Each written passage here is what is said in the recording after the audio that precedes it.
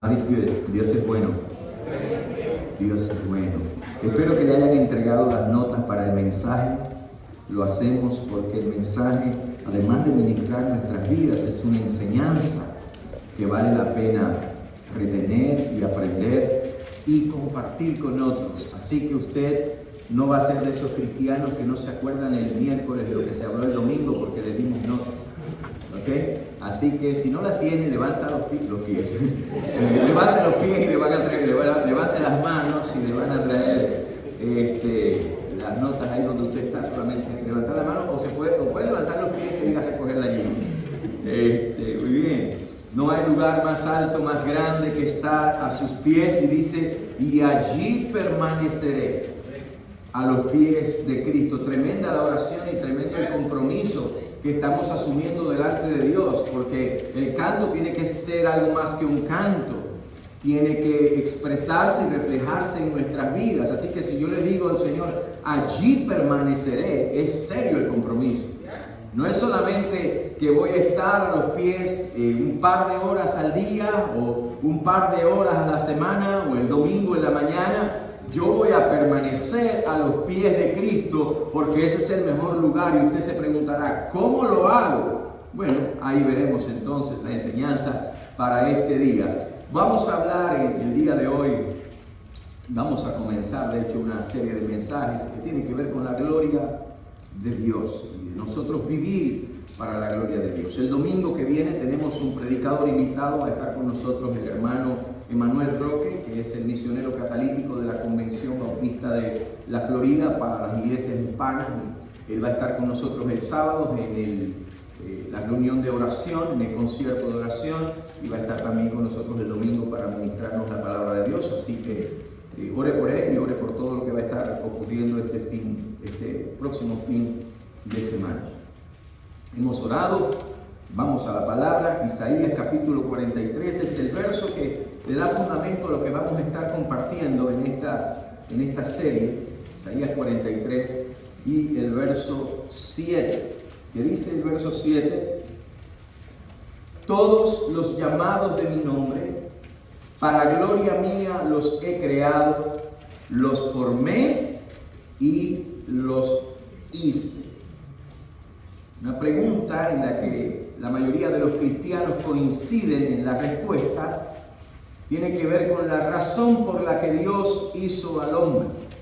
Generalmente la respuesta más común a esa pregunta es, bueno, Dios nos hizo para amarnos. ¿Cuántos están de acuerdo con eso?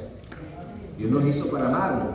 Ahora, el problema con esta respuesta, y es verdad, pero el problema con esta respuesta es que nos puede hacer creer a nosotros que Dios de alguna manera necesitaba al hombre como para que fuera objeto de su amor, lo cual nos lleva entonces a otro conflicto potencial, y es poner la palabra necesidad al lado de Dios. Si Dios necesitaba, es imposible conjugar eso. Dios y necesidad. Dios es suficiente en sí mismo. Dios no necesita absolutamente nada. Le tengo una noticia sorprendente. No nos hizo porque nos necesitaba, porque Él es Dios perfecto en todos sus atributos y suficiente en sí mismo, y el amor de Padre, Hijo y Espíritu Santo eterno, perfectamente completo, no necesitamos. Así que vamos a quitar ese mito, ¿verdad? Que suena bonito, pero Dios no necesitaba expresar su amor. Él es perfecto, Él es Dios. Pero aún así nos hizo como objetos de su amor. ¿Alguien dice amén? Esa es una respuesta. La otra respuesta es, bueno, Dios nos hizo para sus propósitos eternos, o Dios nos hizo para que llevemos el Evangelio a los perdidos. Y cuando hablamos de este tema, encontramos que el tema de la gloria de Dios es un tema que no es difícil de encontrar en la Biblia, es fácil. Pero al mismo tiempo es un tema que para entenderlo necesitamos considerar toda la Biblia, comenzando por la creación del hombre y particularmente con la formación, la creación, el establecimiento de la nación judía, el pueblo judío, mejor dicho, y preguntarnos, ¿para qué me hizo Dios en primer lugar? ¿Sería que me hizo en primer lugar porque necesitaba amar? Ya sabemos que no. ¿Por qué hizo incluso a Israel? Por ejemplo, una pregunta básica. Isaías nos da la respuesta en el propósito exacto de Israel. Describe allí lo que acabamos de leer, la razón por la que Dios hizo al hombre y en particular la razón de la existencia de esa misma nación y la razón de existir la iglesia hoy como pueblo de Dios, como ese organismo vivo establecido por Cristo mismo. Ahí está la razón. Y la respuesta que yo les compartí no es tan errada, pero realmente no dan precisamente exactamente en el blanco. No hay duda de que Dios nos hizo como recipientes, como objetos de su amor. No hay duda de que Dios tiene propósitos eternos con el hombre al que hizo, con el hombre al que Él ama. No hay duda de que Dios quiere usarnos para que otros le conozcan y se entreguen a Él. Pero el centro de la cuestión está en lo que Dios dice por medio de Isaías cuando declara en el verso 7, capítulo 43, todos los llamados de mi nombre, marque esto ahí, para gloria mía los he creado. Los formé y los hice. Así que cuando hablamos de nuestra existencia y cuando hablamos de nuestra salvación, la pregunta es si nosotros estamos convencidos de esto y si vivimos nuestras vidas a la luz de esta realidad. Si nosotros vivimos entonces para la gloria de Dios, y este es el tema de esta serie de mensajes, viviendo para la gloria de Dios. Porque esto es algo que necesitamos tener claramente presente en nuestras vidas, porque toda nuestra vida, nuestra existencia y nuestra razón de ser gira alrededor de esta gran verdad. Fuimos creados para la gloria de Dios, especialmente en el aspecto de la salvación y de la vida cristiana. Especialmente en estos aspectos, nosotros necesitamos tener este fundamento firme y claro.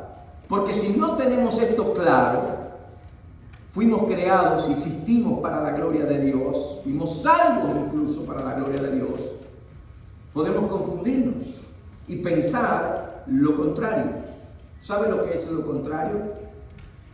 No es que yo existo para Dios, sino que Dios existe para mí. Eso es lo contrario. Así que hoy en el primer mensaje de esta serie vamos a estar viendo cómo se ve este asunto de la gloria de Dios en la salvación del hombre. Porque de la misma manera que podemos decir que Israel fue creado para la gloria de Dios, nosotros hemos sido salvos para la gloria de Dios. Ahora bien, aquí tenemos otra pregunta que a veces las personas se hacen o nos hacen. Si Dios se glorifica, si la gloria de Dios se expresa, se manifiesta, se evidencia en la salvación, si Dios es glorificado en la salvación del hombre, entonces, ¿por qué simplemente no perdona a todo el mundo? No importa lo que hayan hecho, salva a todo el mundo y punto, es glorificado. De hecho, esta es una de las objeciones más comunes al cristianismo. Si Dios es un Dios de amor, y si Dios es un Dios perdonador, y si Él quiere, como dice la Biblia, que todos los hombres sean salvos, ¿por qué no perdona a todo el mundo y le da, tú sabes, un pase, como decimos nosotros? Bueno, quizás como respuesta a esta pregunta es que el apóstol Pablo argumenta en Romanos capítulo 9, versos 20 en adelante, donde dice: más antes, oh hombre, ¿quién eres tú para que alterques con Dios? Dirá el vaso de barro al que lo formó: ¿por qué me has hecho así? ¿O no tiene potestad el alfarero sobre el barro para hacer de la misma masa un vaso para honra y otro para deshonra? Verso 22. ¿Y qué si Dios, queriendo mostrar su ira, marque esto, y hacer notorio su poder, soportó con mucha paciencia los vasos de ira preparados para destrucción, y para hacer, note esto, notorias las riquezas de su gloria, las mostró para con los vasos de misericordia que Él preparó de antemano para gloria, nuevamente, a los cuales también ha llamado, esto es, a nosotros, no solo de los judíos, sino también de los gentiles? Hay muchas cosas que nosotros no podremos entender si no consideramos, si no tenemos presente algunos aspectos esenciales de Dios. Número uno, su soberanía. Dios es soberano. Ese es el argumento de Pablo en este contexto. Él es el soberano creador, Él es omnisciente, Él sabe todas las cosas, Él es superior a nosotros en conocimientos, sabe más que nosotros. Así que a Él le ha placido en su soberanía y en su sabiduría darle al hombre el libre albedrío, que incluye, ¿sabe qué incluye el libre albedrío? El libre albedrío incluye tanto la capacidad de aceptarle y obedecerle como la de rechazarle y ser rebeldes. Así de sencillo. Y si Dios hace esto, escuche, con el propósito de hacer notorio su poder y hacer notoria las riquezas de su gloria, entonces ¿quiénes somos nosotros para decir que Dios es injusto o que eso es injusticia? Estuve buscando definiciones porque si hay un aspecto doctrinal, algo difícil sinceramente para la mente humana poder desarrollar y definir a plenitud, es el concepto de la gloria de Dios. ¿Qué es la gloria de Dios? John Piper, pastor del ministerio Deseando a Dios, lo pone de esta manera, lo tiene en sus notas. Dios, oiga lo que dice, Dios es en sí mismo una clase única. En sí mismo Él es único. Tiene perfecciones infinitas, grandeza infinita y valor infinito. La gloria de Dios es la belleza manifiesta de su santidad. Es la manifestación de su santidad. La gloria de Dios es la infinita belleza y grandeza de las múltiples perfecciones de Dios. Aleluya.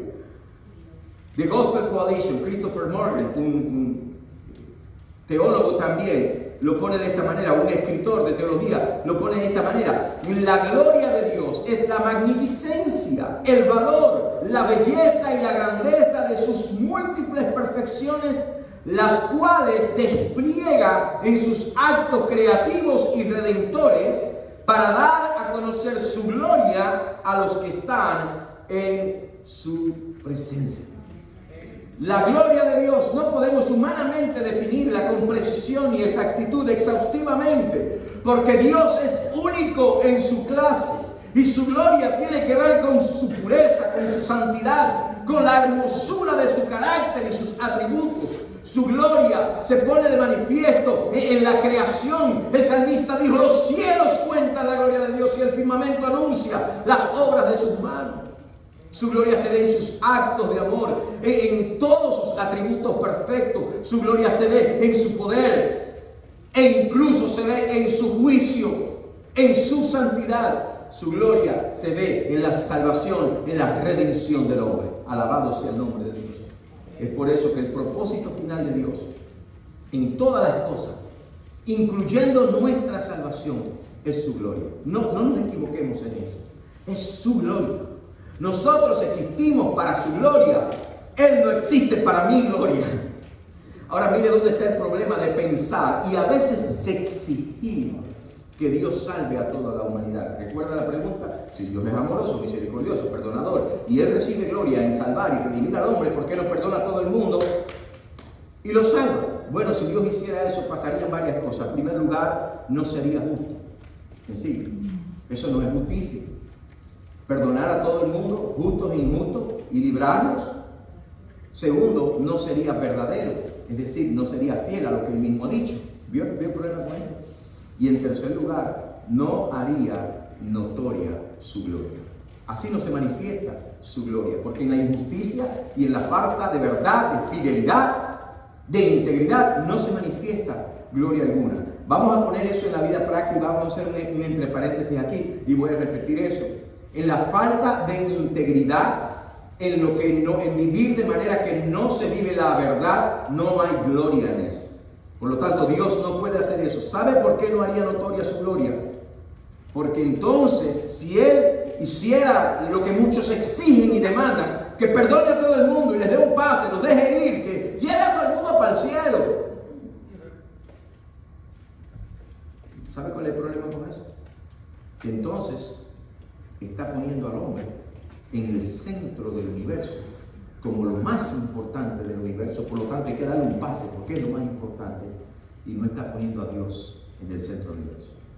Y esa manera de pensar es humanismo religioso camuflajeado. Eso es lo que es. El humanismo es ese sistema de creencias que concede una importancia primordial y suprema a la humanidad, al hombre, al ser creado y no al creador. De hecho, Hay mucho evangelio humanista hoy en día. Hay mucha religión que pone al hombre como el centro del universo. Dese cuenta. Hay canciones que llaman cristianas que están enfocadas en la gloria del hombre y no en la gloria de Dios. Hay canciones que han sido tan atrevidas, y yo he mencionado esto aquí anteriormente, que han declarado, y los cristianos levantan la mano y la cantan porque es lindísima, que la gloria de Dios sale a jugar y me viene a ver que no sé qué cosa. La gloria de Dios, tú no juegas con la gloria de Dios. ¿Entiendes lo que estoy diciendo? Dice, pastor, es duro. Yo no soy duro, la palabra es dura. La gloria de Dios no sale a jugar con nadie.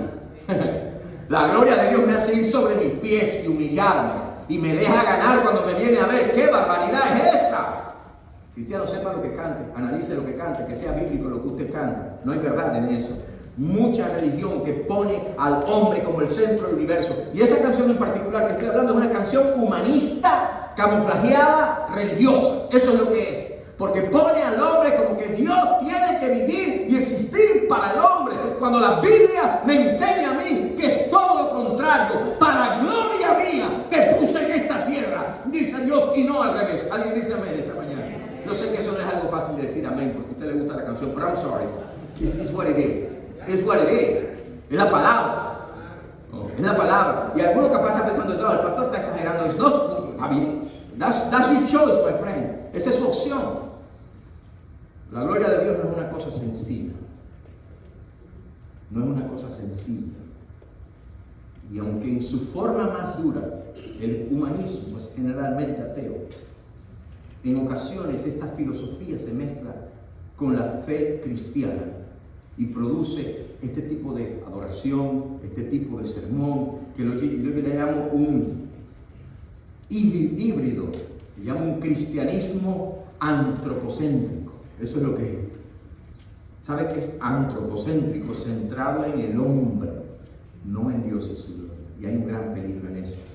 El propósito de Dios, en primer lugar, el primer punto, lo primero que necesitamos entender es que el propósito de Dios en la salvación es su gloria. Su gloria. Nosotros no somos el centro del universo. Nosotros no lo somos. Nosotros no somos lo más importante en este universo. Dios es. Dios es el centro. Dios es lo más importante. Y la cosa más significativa en el universo es la gloria de Dios.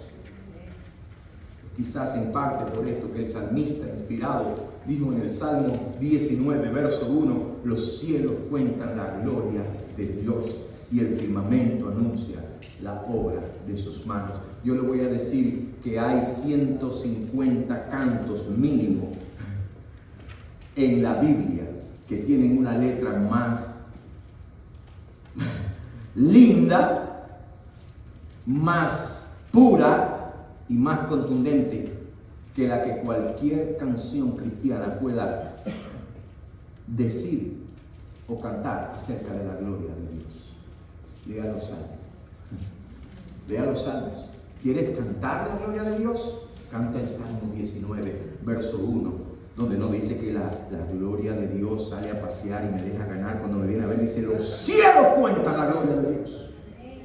Y el firmamento, la obra de sus manos, el universo entero, la creación entera, me comunica cosas importantes. Primero, que hay un Dios creador y que todo existe y fue creado para su gloria. Alabado sea el nombre del Señor. Oh, es cierto que el salmista mismo, hablando del hombre, dice en el Salmo 8, le has hecho poco menor que los ángeles y lo coronaste de gloria y de honra, le hiciste señorear sobre las obras de tus manos, todo lo pusiste debajo de tus pies, de sus pies, porque diría, pero el hombre tiene un lugar de gloria, porque ahí la Biblia dice Salmo 8, pero ni siquiera en este Salmo 8 está hablando de la grandeza del hombre. No está hablando de la importancia del hombre, está hablando de la grandeza y de la suprema importancia de Dios. Por eso comienza diciendo, oh hombre, cuán glorioso es tu... No, eso no es lo que dice. Oh Jehová, Señor nuestro, cuán glorioso es tu nombre en toda la tierra. Has puesto tu gloria sobre los cielos. Alguien dice amén esta mañana. Ahora, esto es algo que nuestra cultura rechaza y que mucha mentalidad religiosa rechaza, que un mundo materialista, humanista, rechaza. Cuando decimos que Dios es el centro del universo y no el hombre, cuando decimos que la exaltación de la gloria de Dios es lo más importante, el mundo se va a ofender. Se va a ofender. Porque esta es una cultura que piensa que los especiales e importantes somos nosotros. Pero lo que la sociedad no entiende y no acepta es que precisamente porque existe un Dios, es que incluso hay un universo ordenado como el que vivimos nosotros. Porque Dios es el centro del universo. Lo más amoroso y misericordioso que Dios puede hacer es permanecer en el centro. Lo más grandioso que puede hacer es hacer notorio su poder y su gloria en el universo, en toda la tierra, en el hombre, en el ser creado y en la redención del hombre. Del hombre salvo, redimido, en los términos de Dios. No en los términos del hombre. Perdona a todo el mundo ya. No. Segundo lugar, la gloria de Dios se hace notoria en su gracia, misericordia y justicia. Número 2. Justicia es la palabra que va ahí en el número 2. Justicia. La gloria de Dios se hace notoria en su gracia, misericordia. Claro, es fácil ver la gloria en la misericordia y la gracia. De esto les hablé bastante el domingo pasado. Pero Dios muestra su gloria en su justicia también. Porque al salvarnos de la muerte, al salvarnos del pecado, nuestro mismo Creador se revela como nuestro Salvador. Y en esa obra de redención, de salvación, del perdón de nuestros pecados, Él es glorificado. Por esa obra, Él es glorificado. Y debido a que somos únicamente redimidos a causa de su bondad, y no por nada que haya en nosotros, les hablé de esto el domingo pasado, el crédito y la gloria por la salvación no solo son para nuestro beneficio, es para su gloria, su poder, su misericordia, y esto y otras cosas de Dios son evidentes cuando Dios nos salva. Pablo escribe a Tito y le dice que hable a los creyentes de lo que se espera de ellos como creyentes y que les recuerde cómo andaban en otro tiempo como rebeldes e insensatos. Mire lo que dice en Tito 3:4-7. Recuerda de dónde estaban. Pero recuérdale, dice luego, pero ustedes estaban acá, rebeldes y todas estas cosas, pero cuando se manifestó la bondad de Dios nuestro Salvador. Me encantan los peros, le dije el domingo pasado, los peros en la Biblia son maravillosos. Pero cuando se manifestó la bondad de Dios nuestro Salvador y su amor para con los hombres, nos salvó. Oiga lo que dice, no por obra de justicia que nosotros hubiéramos hecho, nada que ver, sino por su misericordia. Dice, por el lavamiento de la regeneración y por la renovación en el Espíritu Santo, el cual derramó en nosotros abundantemente por Jesucristo nuestro Salvador. Mire lo que dice, para que justificados por su gracia, viniésemos a ser herederos conforme a la esperanza de la vida eterna. En conclusión, todo en relación a la salvación apunta a una sola cosa, la gloria de Dios. Dios no nos salva porque nosotros somos el centro del universo. Dios nos salva porque Él es soberano, Él es el centro y su gloria es lo más importante. Y cuando Dios pone en acción su plan de salvación, su plan salvífico, su gloria se hace notoria. Su gloria se manifiesta, su gloria se deja ver en su misericordia, en su bondad, en su gracia y se deja ver en su justicia. Alabado sea el nombre del Señor. La gloria de Dios es mucho más de lo que nosotros podemos siquiera imaginarnos. Por lo tanto, si esta es la realidad, que la gloria de Dios se hace notoria en su gracia, misericordia y justicia, eso nos lleva al tercer punto. La gloria de Dios entonces me compele a mí, me mueve dentro de mí a recibir. Número 3, la gloria de Dios me compele a recibir su salvación. ¿Qué cantábamos hace un ratito? Porque Él vive. ¿Viviré cuándo? Mañana. Porque Él vive, ya no hay temor. Y esta es una realidad fortalecedora para el creyente, para la vida del creyente. Viviré mañana, escuche esto, Ahora usted va a cantar esta canción diferente si no la ha cantado así antes. Pero cuando usted diga viviré mañana, usted no va a estar pensando solamente en el día de mañana, lunes. No va a estar pensando en el mañana un año de ahora. No va a estar pensando en el mañana 10 años de ahora. No va a estar pensando en el mañana cuando empiece a cobrar su primer cheque del Social Security. No va a estar pensando mañana, porque mis días aquí en la tierra un día van a llegar a su fin, ¿cierto? Esa es la realidad. Porque viviré mañana. Mire donde la oración, la canción expande la perspectiva. Viviré mañana. Habla de algo más que la vida en esta tierra. Alabado sea el nombre del Señor. Habla del mañana eterno. Habla de la glorificación de los creyentes. De eso habla. Cuando yo digo, porque Él vive, viviré mañana. No estoy pensando mañana cuando el pastor Ángel le celebre a toda la iglesia y todos los aquí presentes su cumpleaños 110. Que no es mañana. Y algunos dijeron, uy, voy a estar ahí sacando cuenta. No, viviré mañana más allá de mis días en esta tierra, porque Él vive. Yo viviré mañana, porque yo sé que el futuro, yo sé que la eternidad es suya. Por eso, mis años, hasta que coja mi primer cheque del Social Security y hasta el último día en esta tierra, mi vida en esta tierra, vale la pena vivirla, porque Él vive. Yo viviré eternamente con Él. Alabado sea el nombre del Señor. Habla de la glorificación de los creyentes, que es la última etapa de la salvación. Justificación, santificación, salvación. Dios la tiene en sus manos, de la glorificación. Escuchen, todo lo que hemos confiado en Jesús, todo lo que hemos puesto nuestra fe en el Cordero inmolado de Dios, todo lo que hemos confesado como Rey de Reyes y Señor de Señores Jesucristo en nuestra vida, un día le veremos tal cual es. Un día estaremos cara a cara, como dice el himno, frente a frente. Esto no es un déjame ver si llego. Esto está garantizado en la palabra y por el poder de Dios. Esta es una declaración de fe. Yo viviré mañana porque yo sé que Él tiene la eternidad también en sus manos. Viviré mañana porque la salvación y la glorificación no es un veremos, es una verdad. Alguien dice amén. Viviré mañana porque Dios hace que todas las cosas obren para el bien de los que le aman, de los que conforme a su propósito son llamados. Viviré mañana porque Dios completará lo que Él ha comenzado. Alabado sea el nombre del Señor. Tengo varios proyectos en mi casa que comencé hace un año y todavía le faltan pedazos a la pared por pintar. Todavía faltan, huecos que rellenar.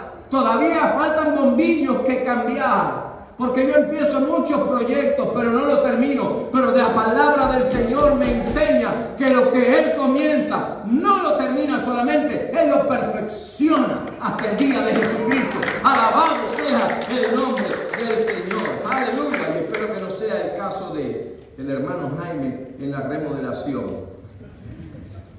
de su casa. Si la glorificación, es el concepto que algunas personas no entienden, si la glorificación dependiera de lo que nosotros hacemos, viviríamos la vida cristiana más amargada que hay sobre la faz de la tierra. No viviríamos en seguridad. Si la glorificación dependiera de nuestra capacidad para mantenernos salvos, Dios me salva por su gracia y su poder, yo me mantengo salvo por mi poder y mis obras. ¡Qué barbaridad! Eso sería un problema serio, hermanos. Porque usted y yo sabemos que nosotros somos especialistas en fallar y equivocarnos. Ninguno de ustedes fue a la universidad para meter la pata. Pero todos tenemos un certificado, un diploma que dice metedor de pata. Algunos en grado A, grado B, grado C. Y otros tienen un doctorado en metezón de pata. Sería un problema serio. Si tuviéramos que mantener la salvación por nuestras obras, sería aspecto. Porque entonces, si no llegamos, eso quiere decir que Dios no pudo guardarnos, que Dios no pudo mantenernos suyos, y que todas sus promesas en relación a guardarnos en todas sus promesas, en que su poder me va a estar cubriendo, que su poder me va a estar guardando, que todas las promesas que tienen que ver con su poder en mi vida para que yo pueda mantenerme perseverando, están entonces, dependen de lo que yo haga. Hermano, ¿dónde hay gloria en eso? Ninguna.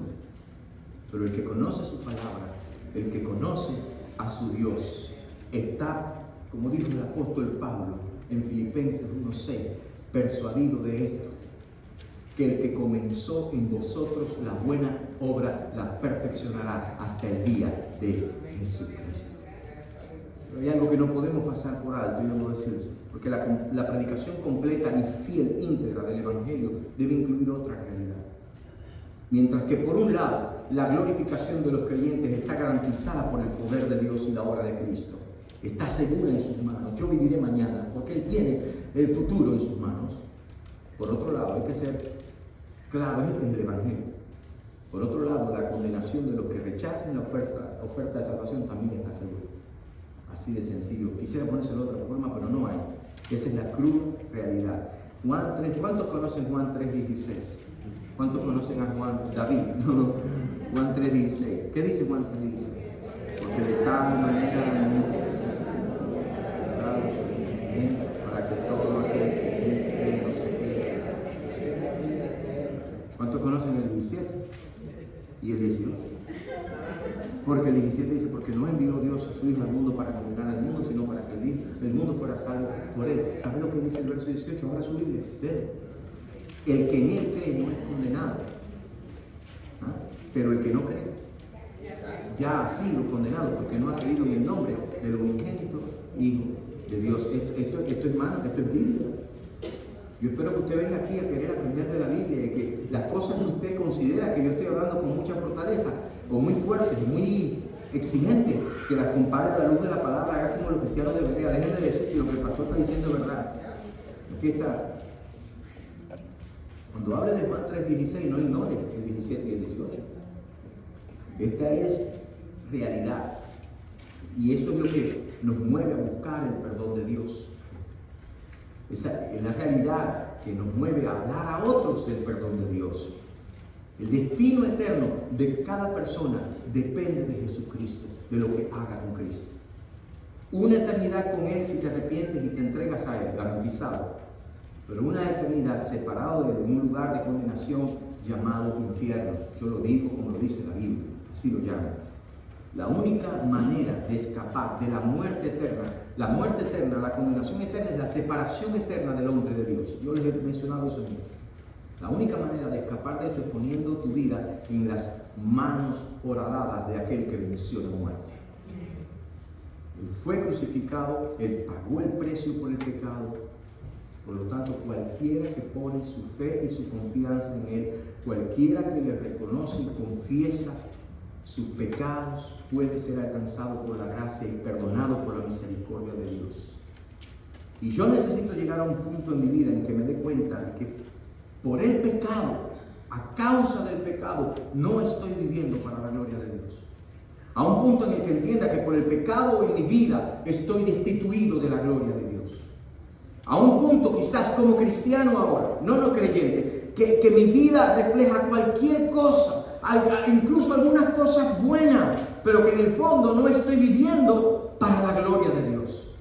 Y necesito entender que yo fui hecho para eso, que fui creado para la gloria de Dios. Y es esta realidad de su gloria precisamente la que entonces debe moverme a mí y la que nos movió a nosotros, los que hoy somos salvos por la fe en Cristo, la que nos movió a nosotros a buscarle a Él para salvación, confiar en Él para salvación. No es solamente que necesito la salvación porque voy a estar eternamente separado de Dios, no, necesito la salvación porque cuando Dios perdona mis pecados y me redime y me hace su hijo y me hace su hija, entonces Él es glorificado.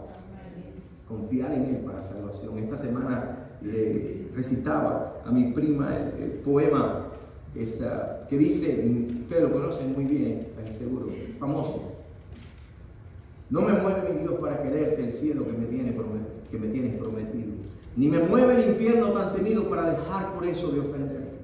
Tú me mueves, mi Dios, muéveme al verte clavado en una cruz y escarnecido. Muéveme ver tu cuerpo tan herido, muéveme tus afrentas. tu muerte. Muéveme al fin tu amor, y en tal manera que aunque no hubiera cielo, yo te amara, y aunque no hubiera infierno, te temiera. No me tienes que dar porque te quiero, porque aunque lo que espero no esperara lo mismo que te quiero, te quisiera. Alguien dice amén esta mañana. Alabado sea el nombre del Señor. Para amarle me mueve su muerte, su sufrimiento por mí, me mueve su amor. Pero para decirle sálvame, no solamente mi destino eterno es lo que me mueve también su gloria. Alabado sea el nombre del Señor. Eso me lleva al cuarto punto, porque entonces, hablando de la gloria de Dios, es la salvación la que me habilita para diariamente vivir para la gloria de Dios. ¿De qué está hablando el pastor en el punto 4? Que si tú no eres salvo, te lo voy a poner de otra manera, si tú no tienes una relación con Dios por medio de Cristo, puedes hacer 20,000 cosas, pero no vas a vivir para la gloria de Dios. Usted puede ser una persona muy buena en términos humanos. Usted puede ser una filantrópica, como no hay otra. Usted puede estar lleno humanamente de virtudes, de cosas excelentes. Usted puede ser esa persona que cuando los vecinos dicen, es el hombre más bueno que hay sobre la tierra. Usted puede vivir para su familia, usted puede vivir para hacer bien a otros, para hacer bien a la humanidad, pero a menos que confiese a Jesús como Señor y Salvador de su vida, nunca podrá vivir para la gloria de Dios. Jamás. Sencillo, que separados de mí. Sus acciones lo más que van a producir es una buena reputación. Buena reputación. Eso es válido. Lo más que pueden producir es una linda lápida en su tumba que diga, aquí yace el hombre más bueno del mundo. Usted va a recibir el halago de muchos, aplausos de otros. Usted va a escuchar palabras de gratitud, palabras de elogio, pero nunca escuchará, a menos que se entregue a Cristo, nunca escuchará las palabras de aquel que llama y recibe y dice, bien, buen siervo y fiel. Sobre poco fuiste fiel, sobre mucho te pondré, entra en el gozo de tu Señor. Yo pienso que si algunos objetos, aparatos, tuvieran vida, algunos de esos objetos, aparatos, maquinarias, nos dirían cuán frustrados están porque nunca les permitieron alcanzar todo su potencial. Yo pienso que quizás uno de los, para que entienda un poquito mejor, quizás uno de los objetos o maquinarias, o ¿cómo se dice? Esas cosas de la casa, eso mismo, de los más frustrados, el electrodoméstico, que más frustrado que existiría en el mundo sería la lavadora de platos en la casa de latinos. Porque si hay un aparato para la casa que no alcanza su potencial verdadero, es una lavadora de platos en la casa de un latino. Porque eso sirve ¿para qué? Para todo menos para lavar platos, ¿no? Lo usamos para almacenar, lo usamos para esconder lo que no queremos que el otro se coma en la casa y lo encuentre, ¿cierto? Y ahí está, lo que usamos bonito, le pasamos un trapo, y cuando de repente llega un día una visita que lo va a usar, no te preocupes, yo pongo los platos en la lavadora y ¡no!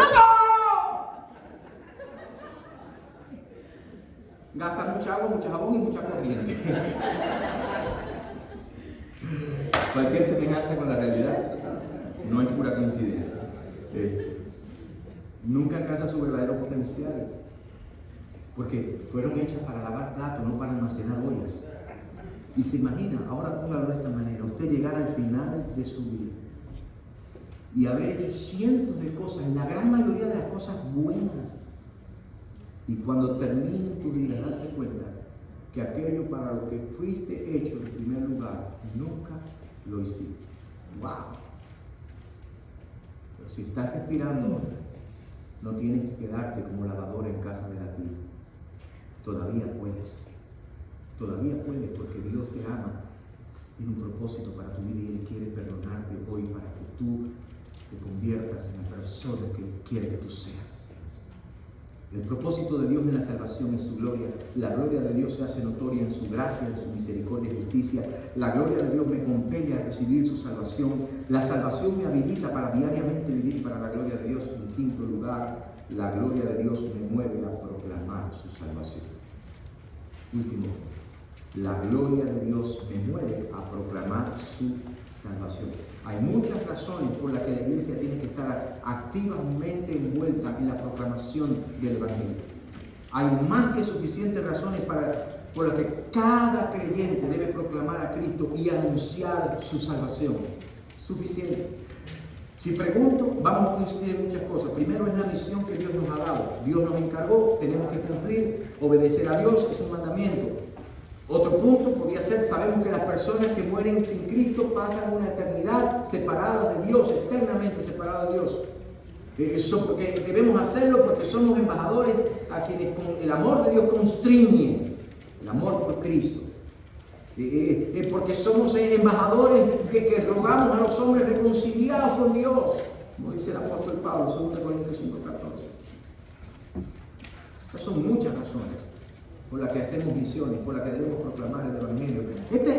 Son razones por las que apoyamos la obra de Dios, el esfuerzo de Dios en otras naciones de la tierra, por las que anunciamos el Evangelio. Pero la razón fundamental tiene que ver con la gloria de Dios. Así de sencillo. Muchas veces hemos escuchado que la razón número uno de la iglesia existir es para la evangelización. La iglesia existe y su razón número uno es la evangelización. La razón número uno es que Dios le ha dado una misión. Pero se ha preguntado usted, hágase preguntas a las preguntas. ¿Por qué la evangelización? ¿Por qué tenemos que hablar a otros de Cristo? ¿Por qué tenemos que llevar el Evangelio hasta lo último de la tierra? ¿Qué se busca cuando se habla a otros de Cristo? Y la razón va más allá del Nuevo Testamento, mucho más atrás del Nuevo Testamento. Por ejemplo, usted va a Éxodo, el libro de Éxodo, y usted aprende en Éxodo que el pueblo de Dios había sido esclavo de Egipto por 400 años. Y cuando Dios determina que es el momento de sacarlos de la esclavitud, levanta a Moisés, le pone ahí su ayudante y lo envía a Faraón. ¿Y cuál es el mensaje que Moisés le tenía que dar a Faraón? Para que hiciera ¿qué? Con el pueblo esclavo. Le dijo, dice Dios, aquí está hablando Dios, diles que deje ir a mi pueblo para que me sirva en el desierto. Pueblo esclavo, 400 años. Faraón lo tiene esclavo. Envía a su mensajero para que le diga, dice Dios que dejes ir a su pueblo para que le sirva en el desierto. De cautivos a un propósito. ¿Se da cuenta? De cautivos a libres. ¿Sabe para qué? Cadenas rotas, esclavitud llegó a su fin. ¿Sabe para qué? Para servir a Dios. Y le digo, no se deje confundir con la palabra servir, porque esa palabra servir es muy amplia. Esa palabra servir habla de adoración, de eso habla. Habla de ofrecer sacrificios. En otras palabras, deja ir a mi pueblo que está cautivo, porque en cautividad no hay lo que ellos necesitan. Ellos necesitan ser libres para que entonces, ¿qué cosa? Me adoren a mí. Alabado sea el nombre del Señor. Deja ir a mi pueblo para que me sirva, para que me adore, para que me ofrezca sacrificios. Y existe una íntima relación, estrecha relación entre adorar y la gloria de Dios. Usted solamente adora, si adora correctamente, a aquel quien resplandece, aquel que se mueve y aquel que es todo gloria. Y todos nosotros, mire dónde está el vínculo en este último punto. Hemos sido sacados de la esclavitud del pecado a la vida en Cristo. De la esclavitud del pecado sin paz y sin Dios estábamos en el mundo. Hemos sido sacados de muchos libres para tener una comunión por medio de Cristo con Dios. Y como resultado, ¿qué cosa? Servir, adorar. Esta es la razón número uno para las misiones y la evangelización. La gloria de Dios que lleva a las personas que se entregan a Él a adorarle. Alabado sea el nombre del Señor. sacar a las personas de la esclavitud y de la condenación del pecado para convertirse en siervos y siervas de Dios que le adoran a Él en la hermosura de su santidad. Porque cuando alguien se entrega a Cristo, pasa de ser esclavo del pecado a ser un adorador del Dios de toda gloria. Usted lo cantaba hace un ratito cuando decía en esa canción: a tus pies me perdonaste, salvación, me acercaste a tu presencia, comunión. ¿Y ahora qué hago? Ahora me postro a adorarte. Alguien dice amén esta mañana. Así que si lo que estamos buscando es la gloria de Dios, si lo que nos mueve es su gloria, entonces la iglesia no existe en primer lugar para evangelizar. La iglesia existe para adorar, para glorificar a Dios y llevar a otros para que ellos también puedan ser adoradores que vivan para la gloria de Dios.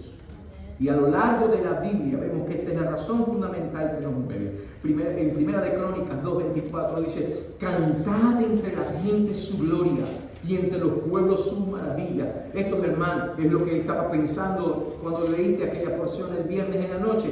Dios quiere ser exaltado entre las naciones. Dios quiere ser glorificado en las familias de la tierra. Y alguien ha dicho muy acertadamente: las misiones existen porque hay lugares donde la adoración no existe. No hay adoradores. Y la evangelización es necesaria porque hay personas que no conocen la gloria de Dios, que no viven para la gloria de Dios.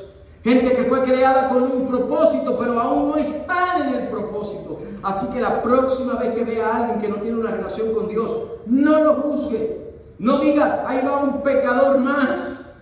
Sino dígase a usted mismo: ahí va un potencial adorador del Rey de Reyes. Hay alguien que puede llegar a vivir para la gloria de Dios. Y yo pienso que el motivador más grande para las misiones, para la evangelización, debe ser la gloria de Dios que nos mueve a adorarle y a postrarnos ante Él. Y usted y yo, con esto concluyo, hemos recibido abundancia de gracia. Abundancia de gracia hemos recibido. Usted y yo hemos sido perdonados abundantemente, extremadamente. Y como receptores que somos de esa sublime gracia de Dios, el amor de Cristo nos contriña a unirnos a Él en su misión, para que su nombre, para que, como dice uno de los evangelios, para que su fama, para que su gloria sea conocida, no solamente a través de nuestras vidas individuales y de la iglesia local, sino también, sobre todo, la tierra. El propósito de Dios en la salvación es su gloria. La gloria de Dios se hace notoria en su gracia, misericordia y justicia. La gloria de Dios me compele a recibir su salvación. Solo siendo salvo puedo vivir para la gloria de Dios.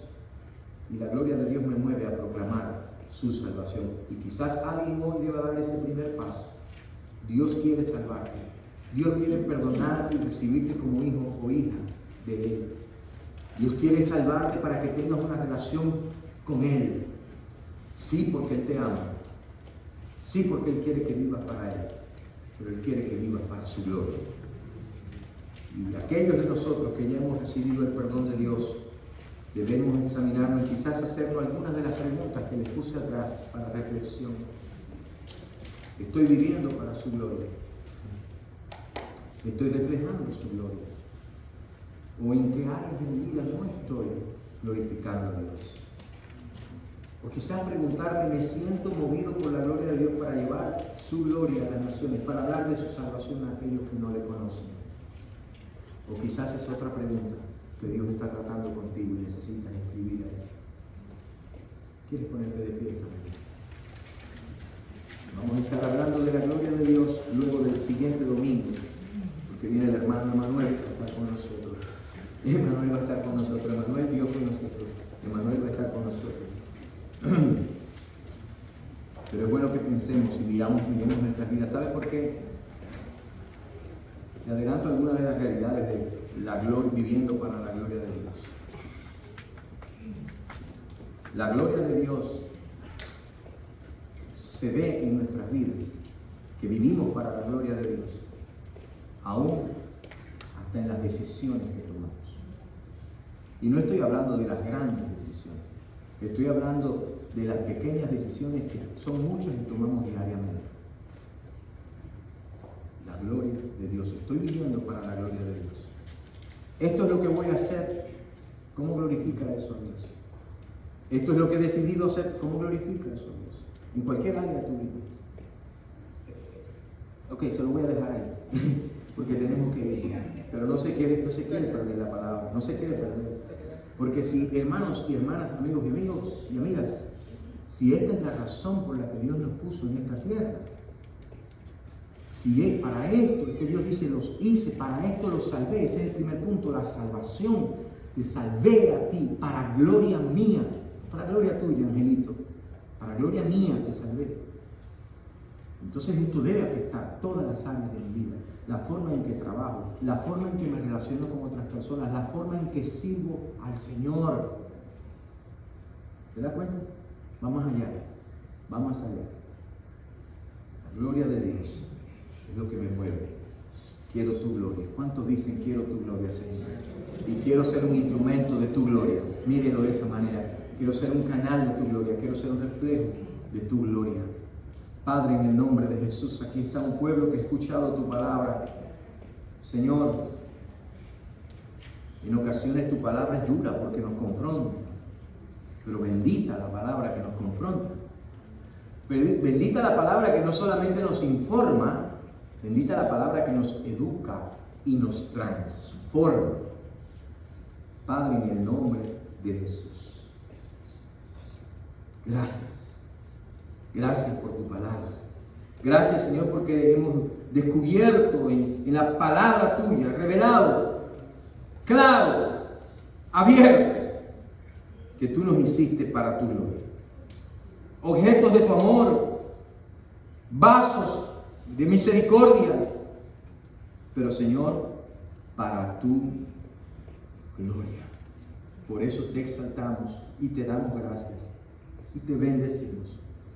Y Señor, que es precisamente en la salvación, en el momento en que arrepentidos de nuestros pecados confesamos a Cristo como único y suficiente Salvador, en ese momento en que tú pones el perdón y tu Santo Espíritu en nuestras vidas y nos introduces en una relación eterna contigo, en ese momento en que somos capacitados entonces para vivir para tu gloria, habilitados incluso por el Espíritu Santo que está en nosotros para vivir para tu gloria. Ayúdanos a vivir de esta manera.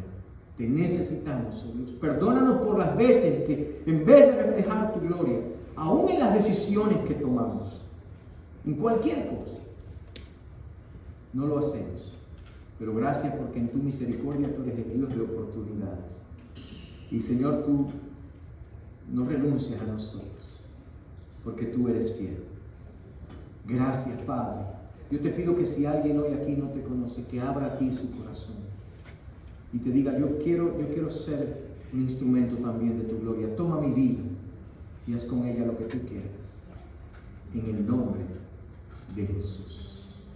Y te pido, Dios, que ahora la gracia de nuestro Señor Jesucristo, el amor de Dios y la comunión del Espíritu Santo sea con cada uno de los aquí presentes, con cada hogar y familia aquí representada y con todo el pueblo de Dios ahora y por los siglos de los siglos. Amén. Amén. ¿Qué tal si cantamos la primera estrofa, el coro y la primera estrofa nada más de porque Él vive, ¿verdad?